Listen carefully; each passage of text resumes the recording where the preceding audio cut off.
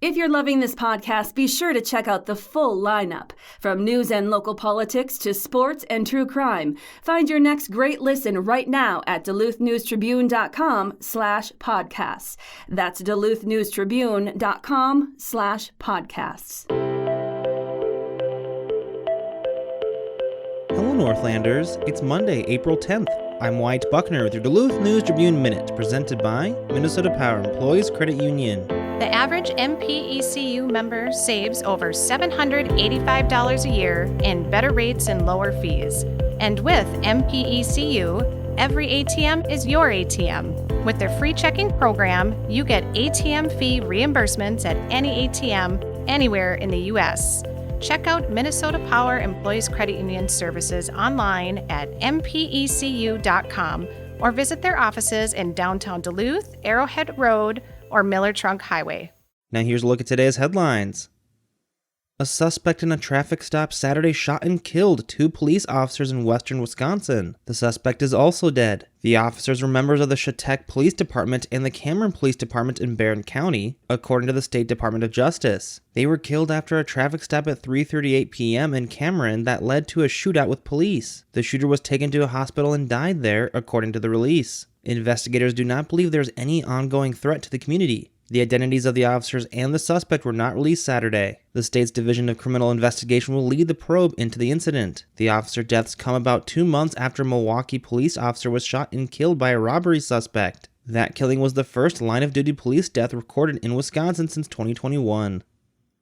The owners of a farm at 3015 MT Nelson Road in Skelton Township, Carleton County, sustained burns and smoke inhalation while attempting to rescue animals from their barn during a fire Saturday night. The fire was reported at 10:21 p.m., the Carleton County Sheriff's Office said in a news release Sunday. Animals, hay, and equipment were located inside the barn, which was engulfed when fire departments arrived. An undetermined number of goats and rabbits died in the fire, the news release said. The farm owners, a man and woman, were transported to Essentia Health Moose Lake with non-life-threatening injuries. Their condition was unknown Sunday morning. A Facebook page shows the address as King Creek Hobby Farm, which raises miniature silky fainting goats. The cause of the fire does not initially appear to be suspicious, the news release said. The Minnesota State Fire Marshal and Sheriff's Office are investigating. Barnum, Blackhoof, Carleton, Kettle River, Mattawa, and Moose Lake fire departments responded to the scene.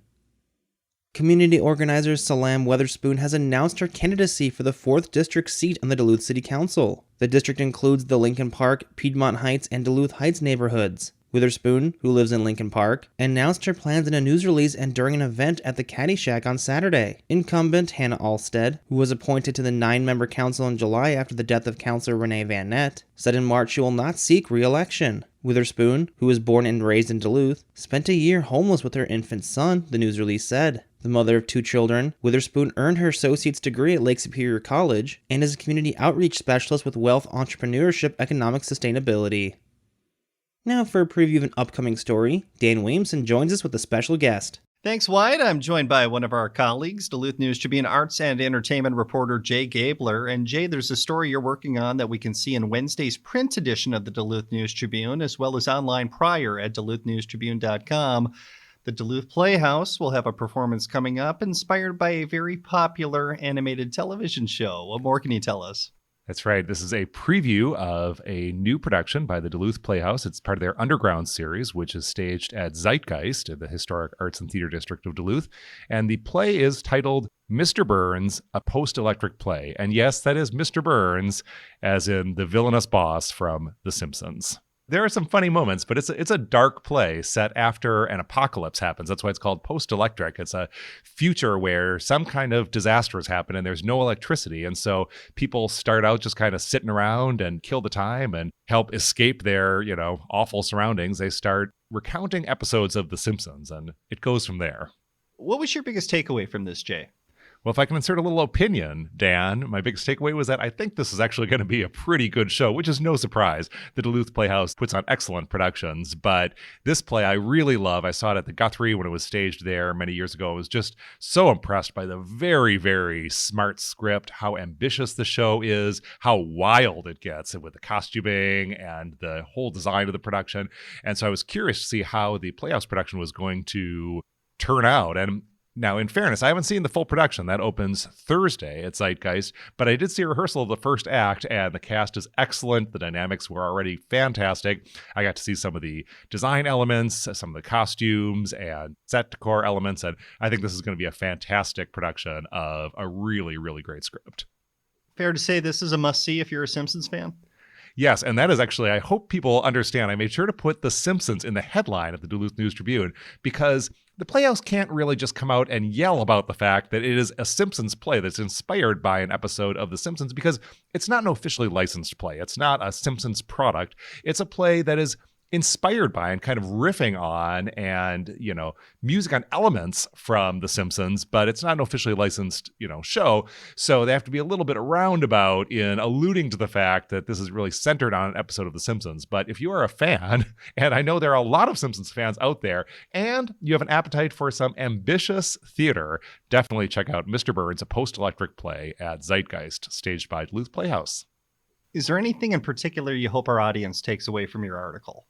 I hope they gain an understanding of how the creative team behind a show like this grapples with the complexity of the themes at play, so to speak. It's a show about memory. It's a show about how we use culture and stories. It's a show about how we begin to heal as a society after times of collective trauma, and it's very relevant to some recent experiences that we've had as a society, including, of course, the COVID-19 pandemic. I talked to people involved with the show about how the show is relevant to their experiences in recent years, and I think their responses will be interesting. Well, this should be a very interesting read. Jay, thank you for your time. Thanks, Dan. And again, you can find this article in Wednesday's print edition of the Duluth News-Tribune, as well as online prior at duluthnewstribune.com.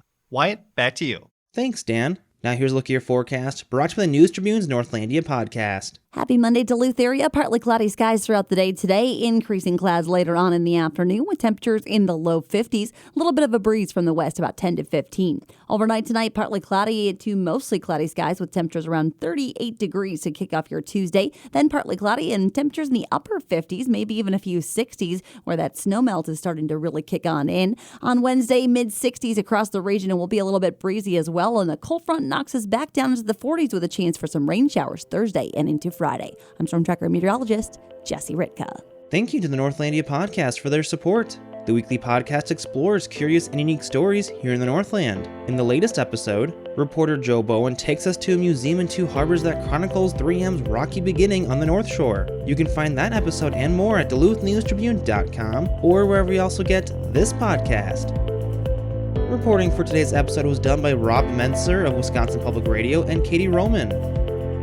Thank you for listening to Duluth News Tribune Minute. Have a great day, and we'll see you back here tomorrow.